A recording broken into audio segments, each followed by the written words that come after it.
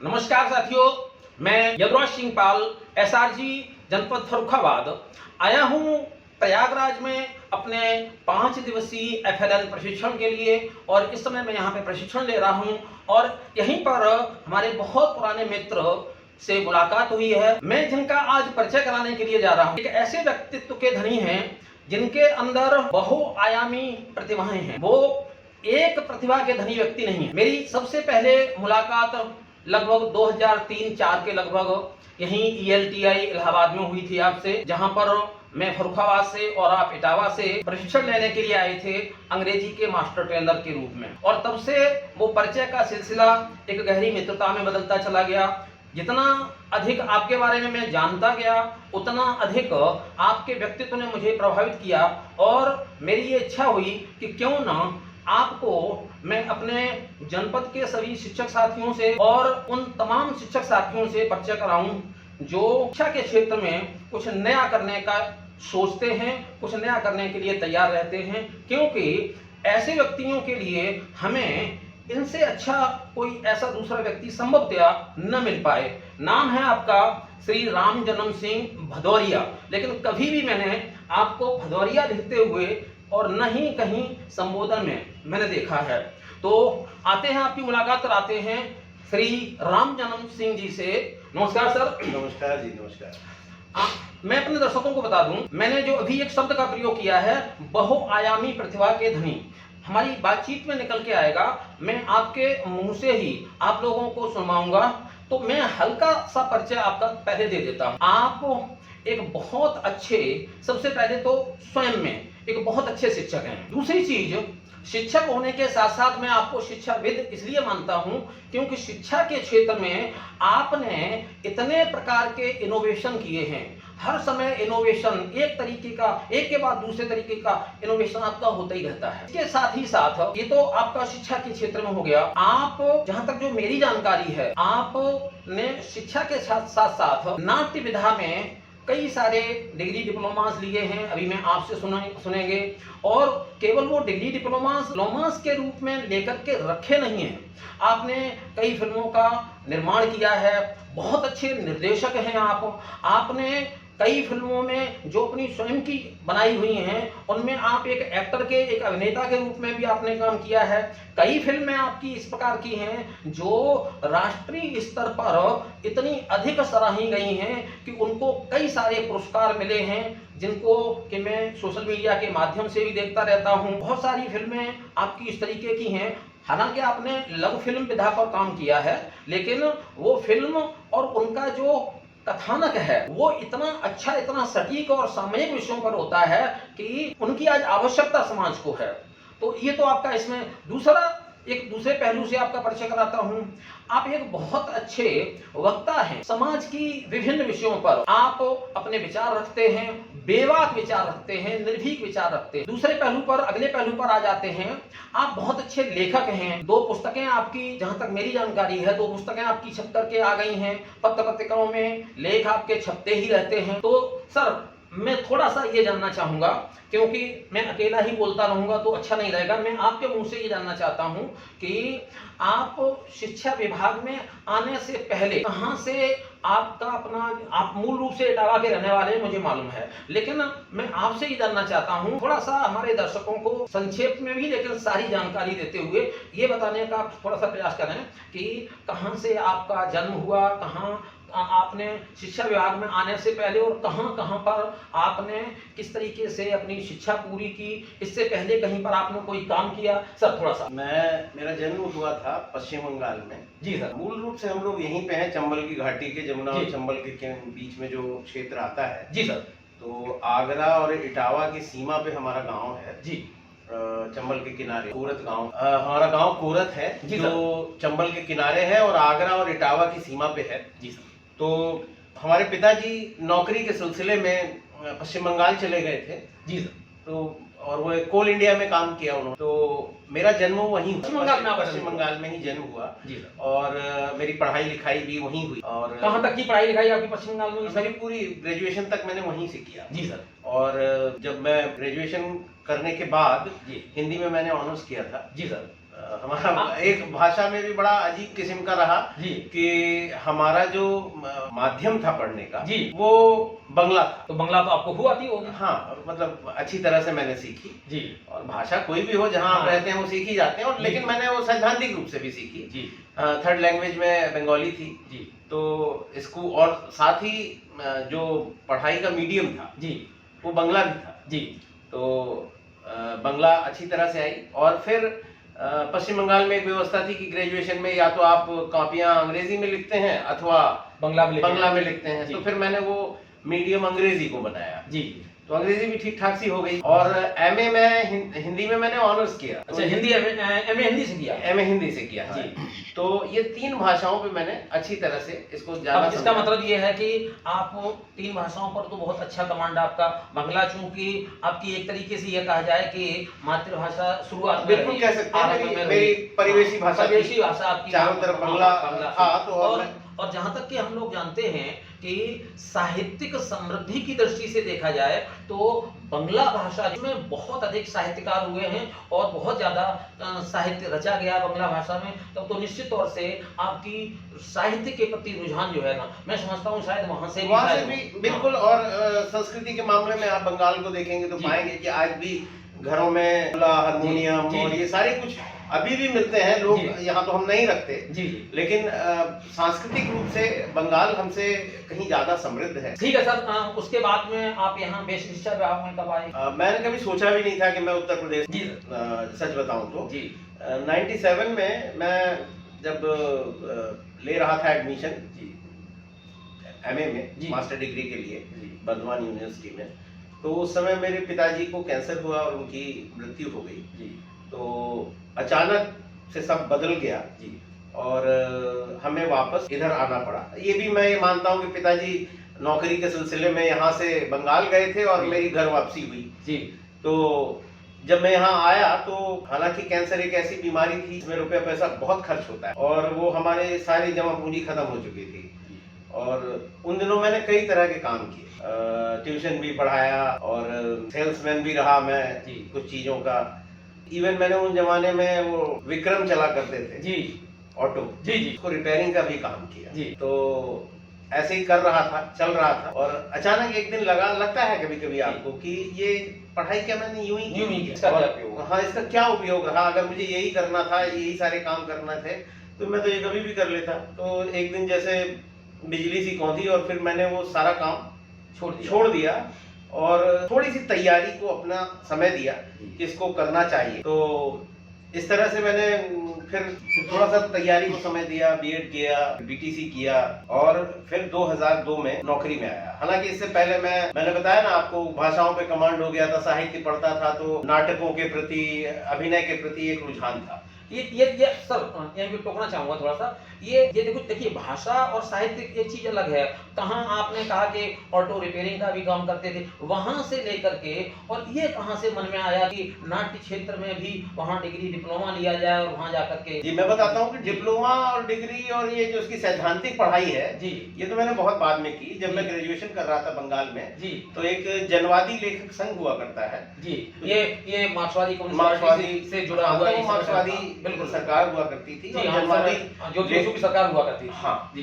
तो जनवादी लेखक संघ था जिसकी जी। विचारधारा वामपंथी थी, वामपंथी ज्यादा प्रगतिशील हम भी कह सकते हैं जी। उसको। तो उन्हीं का एक नाट्य दल भी हुआ करता जी, था, जनवादी नाट्य मंच। जनवादी नाट्य जी, मंच। मालूम है तो मुझे। उसमें उस समय हम कई दोस्त थे जो जी। नाटक वगैरह किया करते थे। जी, तो नुक्कड़ नाटक किया करते थे और कई किए नाटक। तो आप समझते हैं एक तरह से ये मेरे निर्माण की ही प्रक्रिया थी। आप उसको उस तरह से न देख के ऐसे भी देख सकते हैं कि जो सड़क के किनारे खड़े होकर नाटक कर रहा है आदमी, उसमें कॉन्फिडेंस बिल्डिंग की प्रक्रिया थी, जी। वो बढ़ती चली जा रही सर थी। तो मैंने इसको नुक्कड़ नाटक कहते हैं और नुक्कड़ नाटक विधा में उस समय इप्टा जो है, इप्टा जो है ना, इसको इंडियन पीपल्स थिएटर, जी जी, राष्ट्रीय स्तर पर इसको सफदर हाशमी जी जो है ना, हाँ, वो देख रहे थे। हाँ, तो इस तरह से हम लोग नाटक करते थे। नाटक में थोड़ा सा रुझान भी था जी, और चूंकि पढ़ने लिखने वाला आदमी था मैं, साहित्य ढेर सारा पढ़ा। मतलब आप ऐसे समझिए कि साहित्य मैंने इसलिए चुना, पिताजी तो चाहते थे कि इंजीनियर बने, लेकिन वो पढ़ने की आदत जो ऐसी थी कि किससे कहानियां, उपन्यास पढ़ने की आदत, तो मैंने साहित्य इसीलिए चुना था कि कि इससे पढ़ने से मुझे कोई नहीं रोकेगा, क्योंकि ये सारा कुछ सिलेबस में शामिल हो अच्छा जाएगा। सर, थोड़ा सा फिर आपने नाट्य के क्षेत्र में कितनी पढ़ाई की?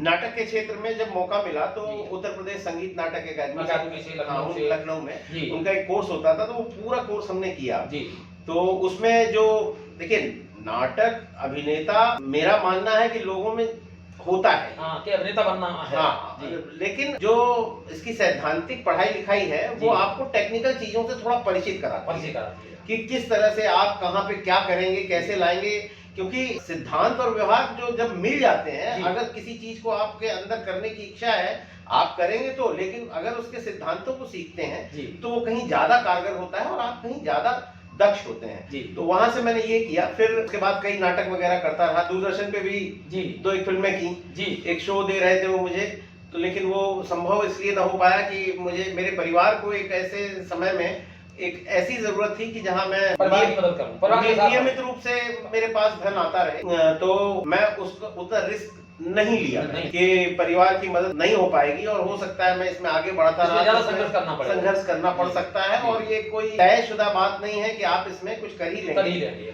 तो मैंने फोकस किया कि मैं एक ऐसी किसी नौकरी में आऊं, बिजनेस वगैरह नहीं कर सकता था उस समय, जी तो मुझे लगा कि कुछ ऐसी नौकरी में आऊं जहां से मेरे परिवार को एक नियमित आय मिल सके और बच्चों का पालन पोषण ठीक से हो सके। तो फिर बेसिक में आया आप। तो फिर हमने वो मैंने बताया आपको, फिर थोड़ा सा फोकस किया और जो इसकी भी सैद्धांतिक पढ़ाई, और उसके बाद नौकरी में 2002 में आ गया था मैं। जी तो अब सर थोड़ा सा ये जानना चाहेंगे, नौकरी में आने के बाद ये जो आपने शिक्षा का एक माध्यम पपेटरी चुना, ये आज हम जानते हैं कि पपेटरी कितना ज्यादा हेल्पफुल है बच्चों को शिक्षा देने में, लेकिन आपके अंदर ये कहां से आया कि ये पपेटरी के प्रति जानकारी करनी चाहिए? क्या इसकी कोई सैद्धांतिक डिप्लोमा भी आपने लिया है? ये बिल्कुल, और ये ऐसा था कि पपेट्री से पहले भी हम लोग, जब मैंने नाटक को, मुझे लगा कि लेकिन जो चीज अंदर होती है, जी जी ये एक्टिंग का, अभिनय का, और ये नाटक का एक बड़ा कीड़ा होता है, जी तो वो जहां तहां निकलता रहता जी। है। तो अब मैं वहां दूरदर्शन पे नहीं कर रहा था और बाकी जगहों पे नहीं कर रहा था, लेकिन जब स्कूल मिल गया जी तो मैं बच्चों के साथ कर रहा था। जी बच्चों को भी नाटक से आप बहुत कुछ सीखते हैं, नाटक समय का सदुपयोग है जी और वो कई कलाओं का समुच्चय होता है, जी बिल्कुल। जहाँ पे आप में पढ़ाई के साथ भी देखें तो बच्चों में आत्मविश्वास भी आता है, भाषा को अच्छी तरह से उच्चारण करने की चीजें वो सीखते हैं, याद करने का उनका तरीका जो होता है, स्मरण शक्ति बढ़ती है, कल्पनाशीलता बढ़ती है, किस तरह से टीम बिल्डिंग करनी है वो उसमें सीखते हैं, समूह के साथ कैसे काम किया जाता है, तो ये सब मैं बच्चों को साथ भी सिखा रहा था। आपने बहुत सारी पपेटरी वर्कशॉप मैं बता रहा हूँ जी बता रहा हूँ जी आपको। तो ऐसे ही समय में विभाग ने मुझे मौका दिया जी सीसीआरटी में जाने का। जी। तो सीसीआरटी के उदयपुर केंद्र पे जी। हम पपेट्री के एक वर्कशॉप के लिए गए। जी अब चूंकि वो मुझे मजा इसलिए आया कि पपेट्री भी एक नाटक का ही विस्तार है, हाँ, एक अभिव्यक्ति का माध्यम अभिव्यक्ति का माध्यम है। बिल्कुल। तो यहाँ मुझे लगा कि जो बात मतलब हम क्लास में खड़े होकर ऐसे करते हैं, नाटकों के माध्यम से करते हैं, तो इसको पपेट्री के माध्यम से भी किया जा सकता है, कठपुतलियों के माध्यम से भी किया जा सकता है। तो इसको मैं जब उदयपुर में था तो इसको मैंने ढंग से सीखा। हमारे कुछ साथी और भी गए थे, इससे पहले भी जाते रहे थे, लेकिन थोड़ा सा फर्क मुझे ये लगा कि वो सीख के आए और वो बंद करके उन्होंने रख दिया। जी। तो मैं जब वापस लौट के आया सीख के, तो उस समय जो बीएसए साहब थे, ओम प्रकाश जी, तो मैंने उनसे बात की, मैंने कहा सर मैं ये कुछ सीख के आया हूँ और मैं चाहता हूँ कि बच्चों को सिखाऊं। तो पहली चीज सरकारी सिस्टम में होता है, उन्होंने कहा बजट नहीं है, मेरा बजट चाहिए नहीं आपका, मैं बस इतना मुझे छूट दीजिए कि मैं बच्चों को विद्यालय में जा सकूं। तो उन्होंने कहा इसमें कोई प्रॉब्लम नहीं है, तुम चाहो तो सिखा सकते हो। तो पहले तो मैंने अपने स्कूल में सिखाना शुरू किया जी, और उसमें फिर उनको ही बुलाया कि सर ये चेंज बच्चों में आया है।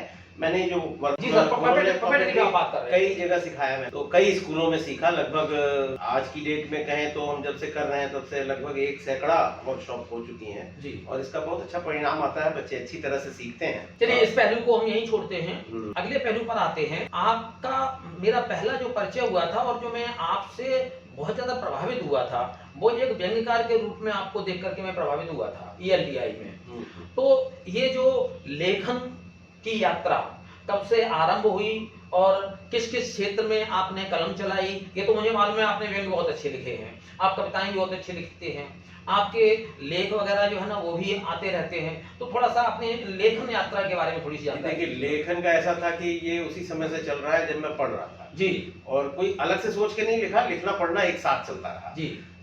मुझे मालूम है कि मेरी पहली कविता तब छपी थी जब हमारे प्रोफेसर साहब थे और जो विद्यालय की कॉलेज की जो परीक्षा होती है इंटरनल, उन्होंने मुझे बहुत अच्छा लिखने के बाद भी नंबर नहीं दिए थे क्योंकि मैं उनसे ट्यूशन नहीं पढ़ता था जी। तो मैंने उस जमाने में एक कविता लिखी थी जी। मैंने अपना विरोध थोड़ा दूसरे तरीके से जताया, मैंने उनसे कुछ नहीं कहा, एक कविता लिखी कि प्रभु जी तुम कैसे प्रोफेसर तो व्यंग्य था पूरा, और वो उस समय जनसत्ता में छपी थी जी। तो जब उसी सप्ताह जब वो जनसत्ता में छप गई जी। तो मैं उनको भेंट करने गया था कि ये आपके लिए लिखी है सर तो इस तरह की तभी से चल रहा है और अभी तक चल रहा है। अभी तक 2 किताबें, एक कविता की किताब आई है माटी को। जी सर, तो वहां से जो व्यंग्य की यात्रा आरंभ हुई सर, ये जो शौक में या एक विरोध स्वरूप जो व्यंग्य की यात्रा आरंभ हुई, ये व्यंग्य की यात्रा फिर एक लेखक के रूप में आप कैसे उसमें तब्दील हो गए कि वो तो एक शौक में आपने लिखी थी या एक विरोध जताने के लिए लिखी थी,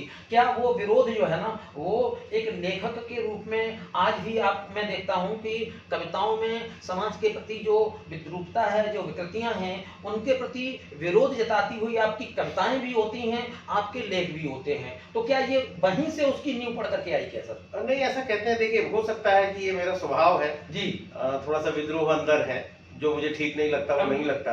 मैं थोड़ा सा मैं अपने दर्शकों को बताना चाहूंगा, कभी कभार वैसे बहुत शांत स्वभाव के, बहुत सौम्य स्वभाव के रामजन्म सिंह जी हैं, लेकिन क्योंकि बहुत पुराने समय से हमारी मित्रता है, पुराने समय से हमारा आना जाना हर जगह पर रहता है, आपको कहीं कुछ गलत हो रहा होता है तो आप चाहे 100 लोगों के बीच में हो, चाहे 1000 लोगों के बीच में हो, फिर चाहे तो हम ये कहें कि राजपूतानी रक्त जाग उठता है और चाहे तो हम ये कहें कि चंबल के पानी का असर जो है इनके अंदर आने लगता है, फिर किसी की जो है ना आप सुनते नहीं है, फिर उसका विरोध तो आपको करना ही करना है। लेकिन उसके साथ भी एक अच्छी बात ये है कि अगर आपके जो मित्र हैं, अगर वो आपको थोड़ा सा ये समझाने की कोशिश करें कि सर थोड़ा सा शांत रहिएगा, और आपको ये कहीं अंदर से खुद भी रियलाइज हो जाए कि कहीं मैं ही तो कहीं मिस्टेक तो नहीं हूं, तो आप तुरंत ही अपने आप को बैक फुट पे भी ले लेते हैं, गलती को भी एहसास करके और किसी चीज को रार बढ़ाने के लिए कभी आक्रोश नहीं करते हैं, लेकिन कहीं गलत हो रहा है तो उसको सहन नहीं करते हैं, उसके लिए आक्रोश जरूर व्यक्त करते हैं। फिर सर क्या कहना चाहेंगे आप? नहीं देखिए, क्या कहेंगे, तो परंपराओं में है हमारी। जी जी। कहा भी जाता है कट्टर पानी है चंबल को चिड़िया पिए बाज बन जाए। जी सर। तो ये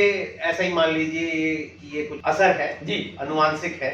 चलिए सर, दूसरे पहलू पर अब जो शिक्षा के क्षेत्र में आपने देखिए, हमारे साथ आप एसआरजी जब से मैं बना हूं तभी से हम आप साथ साथ, मैं अपने जनपद में काम कर रहा हूं, आप अपने जनपद में काम कर रहे हैं, और हम लोग चूंकि पड़ोसी जनपद हैं तो मैं आपके कार्य को देखता रहता हूं, आप हमारे कार्य को देखते रहते हैं, हमारी आपकी बातचीत भी होती रहती है। तो अब थोड़ा सा हम अपने बेसिक शिक्षा पर थोड़ी सी बात करते हैं, और चूंकि आप एक अच्छे, मैं आपको ये मानता हूँ कि आप एक शिक्षा के क्षेत्र में भी अच्छा चिंतन करते हैं, तो आप शिक्षा के क्षेत्र में आपको क्या लग रहा है कि पिछले 5-6 सालों में आपको कुछ धरातल स्तर पर कुछ परिवर्तन दिखाई दिया है या नहीं दिया है? नहीं, शिक्षा में नो डाउट आया है। जो बार बार कहा जाता है ना कि एकेडमिक समस्या है बेसिक में, जी एकेडमिक समस्या कहीं नहीं है जी। मुझे लगता है कि इतने सारे परीक्षाएं पास करके इतने कठिन एग्जाम के बाद अगर टीचर आता है तो वो अपनी विधाओं को साथ लेके, उसके पास ढेर सारे सपने होते हैं जिनको पूरा करने के लिए आता है। और आप देखिए कि कोई भी नया बच्चा जब आता है तो कितना जोश के साथ आता है, उसे लगता है कि मैं स्कूल की और पूरे देश की सूरत बदल दूंगा जी। लेकिन जो परिवेश है, जो सिस्टम है, कई बार ऐसा होता है कि वो कर नहीं पाता जी। और फिर बेसिक शिक्षा में एक सबसे बड़ी बात मुझे जहां तक लगती है कि मोटिवेशन की थोड़ी कमी है। मोटिवेशन सिर्फ ये नहीं होता कि आप किसी एक समारोह करके एक प्रमाण पत्र दे दें, या आगे बढ़ने के कितने अवसर हैं। अगर जैसे मैं ही कहूँ तो मैं आज विभाग खत्म हो गया जहाँ पे मैं हूँ जी, अब आगे कुछ नहीं हो सकता, मैं काम करूं अथवा ना करूं, तो आगे बढ़ने का कोई अवसर आदमी को लगता रहे कि हाँ हम विभागीय परीक्षा के माध्यम से आगे जा सकते हैं, तो इसमें वो और काम करने की सोचे।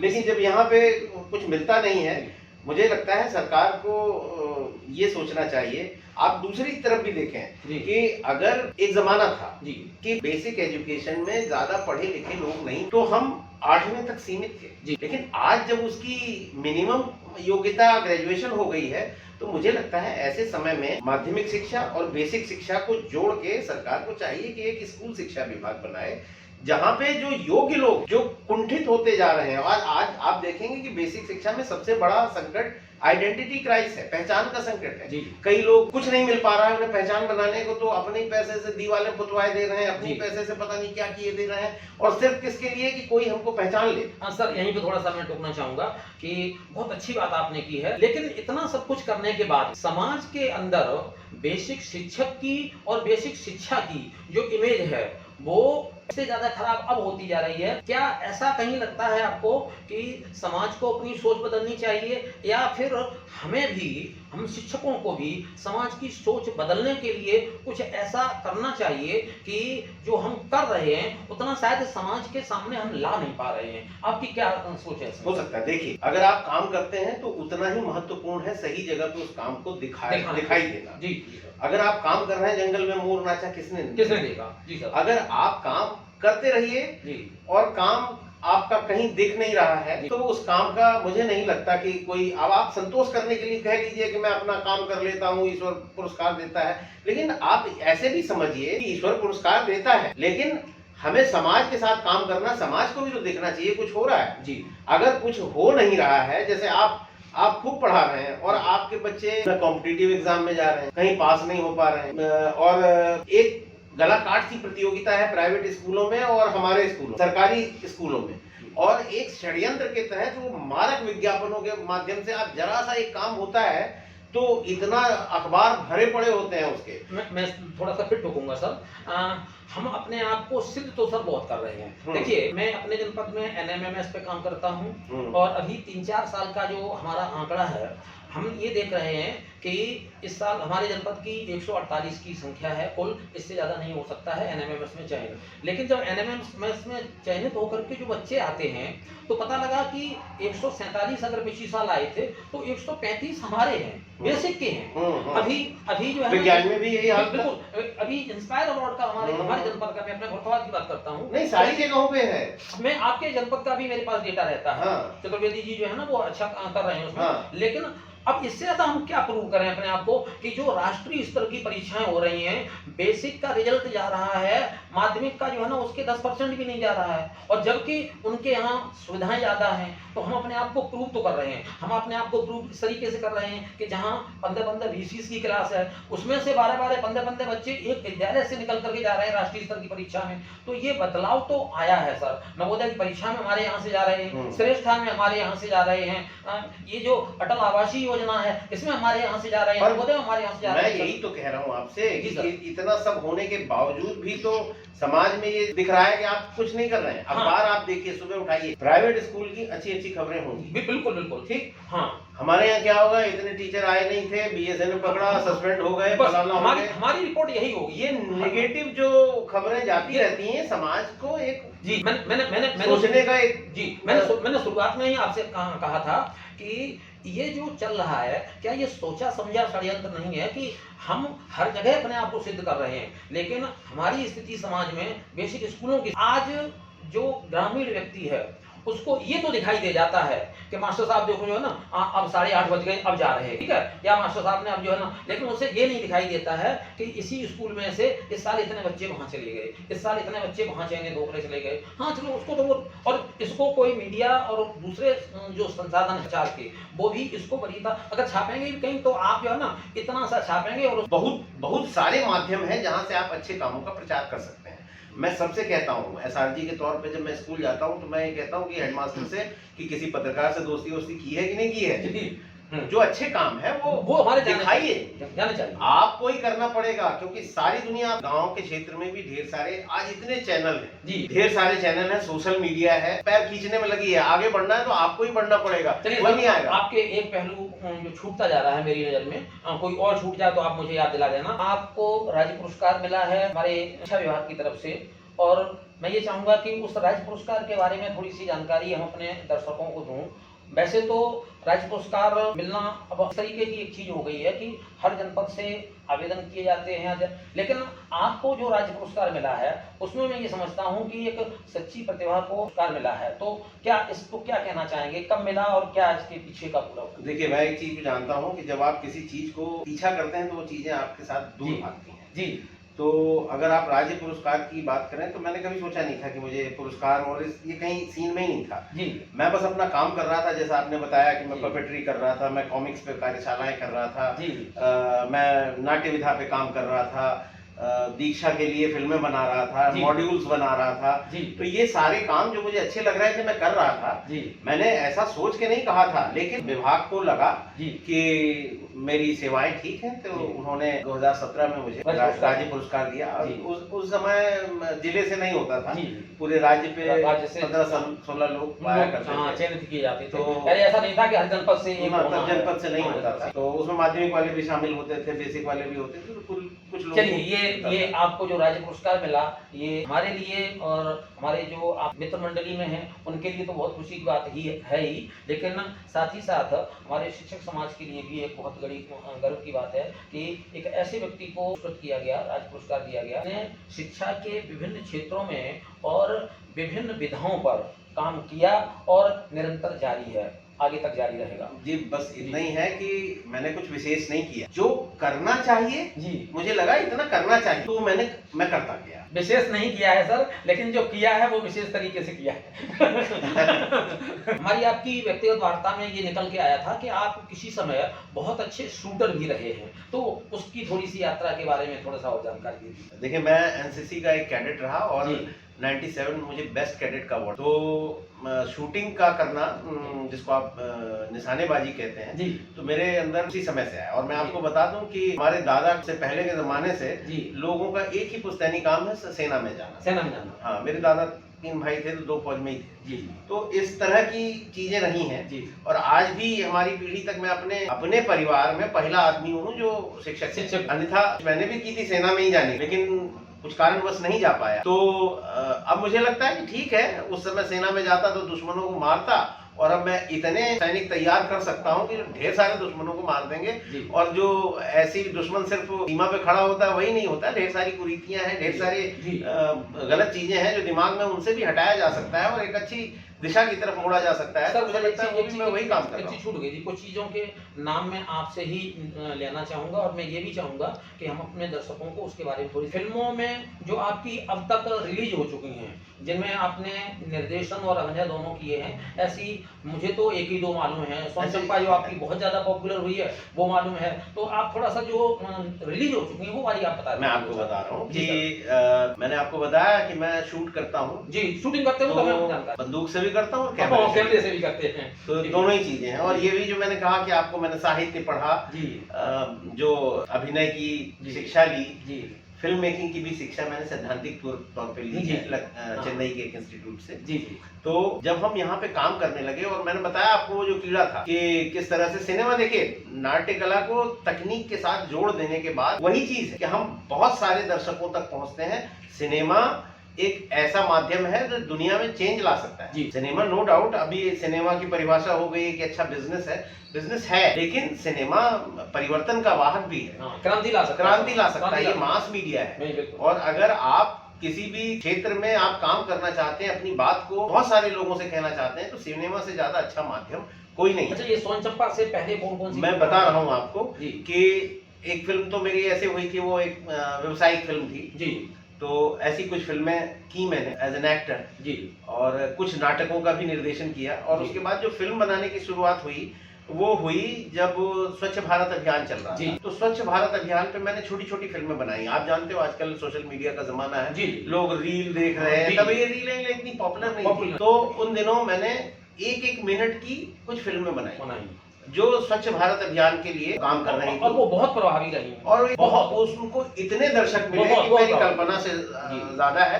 उत्तर प्रदेश सरकार ने अपनी जो ट्रेनिंग होती थी, उन ट्रेनिंग में उन फिल्मों को शामिल किया, उनको दिखाया, और उन फिल्मों ने मुझे सूचना प्रसारण मंत्रालय जी। भारत सरकार के द्वारा मुझे पुरस्कार भी मिला भी मिला कि स्वच्छ भारत अभियान के लिए जो फिल्में थी उसके लिए पुरस्कार मिला तत्कालीन। अच्छा, ये जो सोन चंपा आई है वो भी एक ऐसे संवेदनशील विषय पर आई है जिस पर बात करना तक पसंद नहीं वर्जना करते। समझते हैं, टैबू समझते हैं, और उस विषय पर आपने उस फिल्म को बनाया। बहुत ही बेहतरीन फिल्म, पूरे देश में उसकी सराहना हुई, जाने कहां कहां से, कितने मंचों से आपको पुरस्कार मिले। चलिए सर, अब थोड़ा सा इन सबको थोड़ा सा समाप्त करके हम समापन की तरफ आते हैं। अब आप जो नई भूमिका में यहाँ प्रयागराज में हमें दिख रहे हैं हमारे प्रशिक्षक के रूप में इस भूमिका को कैसे तरीके से आप महसूस कर रहे हैं? कि आज से लगभग 20 साल पहले जी सर, जब हम ELT आए थे, ELT आई जी, तो मेरे लिए आप साथ ही साथ आए, साथ ही साथ जी। तो ये बड़ा चमत्कृत होने वाला मेरे लिए समय था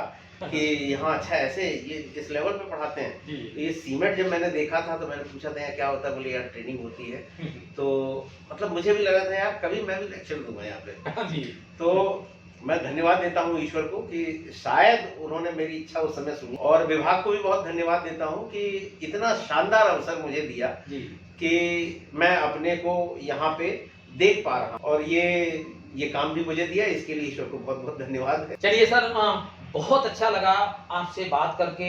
इतनी लंबी बातचीत हमारी आपकी व्यक्तिगत वार्ता में भी कभी नहीं हुई। मैं ये चाहूँगा कि इसमें से ज़्यादा बातचीत हम अपने दर्शकों के पास तक पहुँचा सकूँ। मैं चाहूँगा कि आपकी जो विभिन्न क्षेत्रों की उपलब्धियाँ हैं, अभी अगर हम ये अपने दर्शकों को बता दूं कि अभी हम आपकी उपलब्धियों पर बात करना चाहें तो इतना क्षेत्र अभी आपका उपलब्धियों का है कि उन पर बातचीत करने के लिए घंटों समय चाहिए। समय की सीमा में रहते हुए हम यहीं पर अपनी बातचीत को समाप्त करते हैं। सर, बहुत बहुत धन्यवाद, आपने हमें इंटरव्यू दिया, आपने हमें समय दिया, और इसी तरीके से मेरी ये शुभकामनाएं हैं कि आप सफलता के ऊंची सीढ़ियों को चढ़ते जाएं, और जो आपने अपने जीवन का कोई बहुत बड़ा अगर लक्ष्य बना रखा हो तो मेरी शुभकामनाएं हैं उस लक्ष्य पर, उस शिखर पर आप मुझे खड़े दिखाई दें, और मैं नीचे से आपको सलाम करता हुआ, नमस्कार करता हुआ दिखाई दूं। आपके एक सहयोगी, आप बहुत बहुत धन्यवाद सर।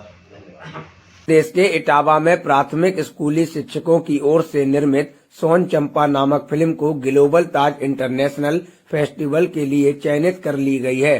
स्कूली छात्रों के मासिक धर्म से जुड़ी हुई विसंगतियों को लेकर बनी सोन चंपा फिल्म के ताज ग्लोबल इंटरनेशनल फिल्म समारोह में चयनित किए जाने से फिल्म से जुड़े सभी लोग बेहद उत्साहित बने हुए हैं कि अभी ये फिल्म ग्लोबल ताज इंटरनेशनल फिल्म फेस्टिवल में सिलेक्ट हुई है और 17 तारीख को इसकी स्क्रीनिंग है, और हम बहुत होपफुल हैं कि ये फिल्म फिर से अवार्ड जीतेगी। अभी हाल में ही कलकत्ता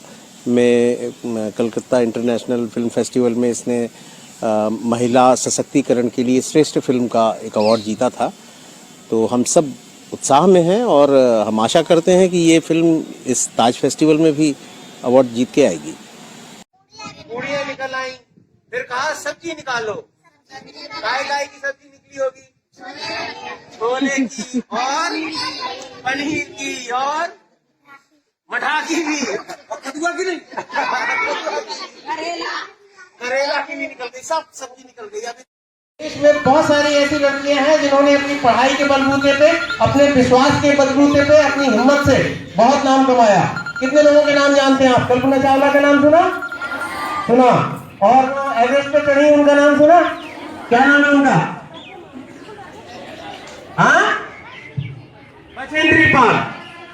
इसलिए है, अगर आप बुरा करना चाहेंगे तो बुरा है, और अच्छा करना चाहेंगे तो अच्छा है। कोई भी चीज ना अच्छी होती है ना बुरी होती है, ये आप पे डिपेंड करता है कि आप उसे अच्छा करना चाहते हैं या बुरा करना चाहते हैं। और अगर आपको लगता है आप इसको कर सकते हैं तो आप कर सकते हैं, अगर आपको लगता है कि आप नहीं कर सकते तो भी आप बिल्कुल सही हैं, आप नहीं कर सकते।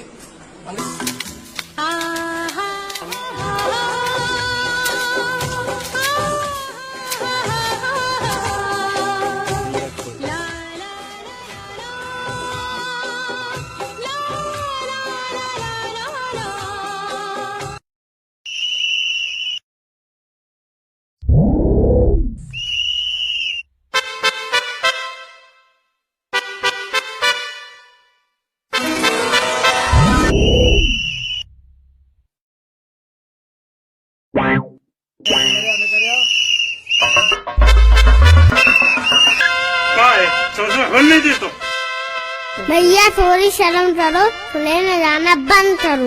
बीमारी को दूर भगाएं, घर में शौचालय बनवाएं।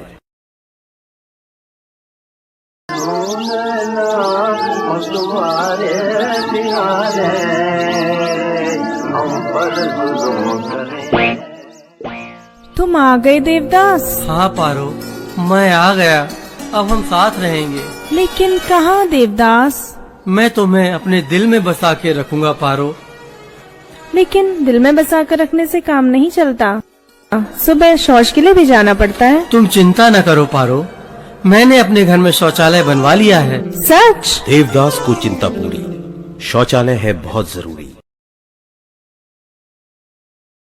बेसिक शिक्षक की और बेसिक शिक्षा की जो इमेज है वो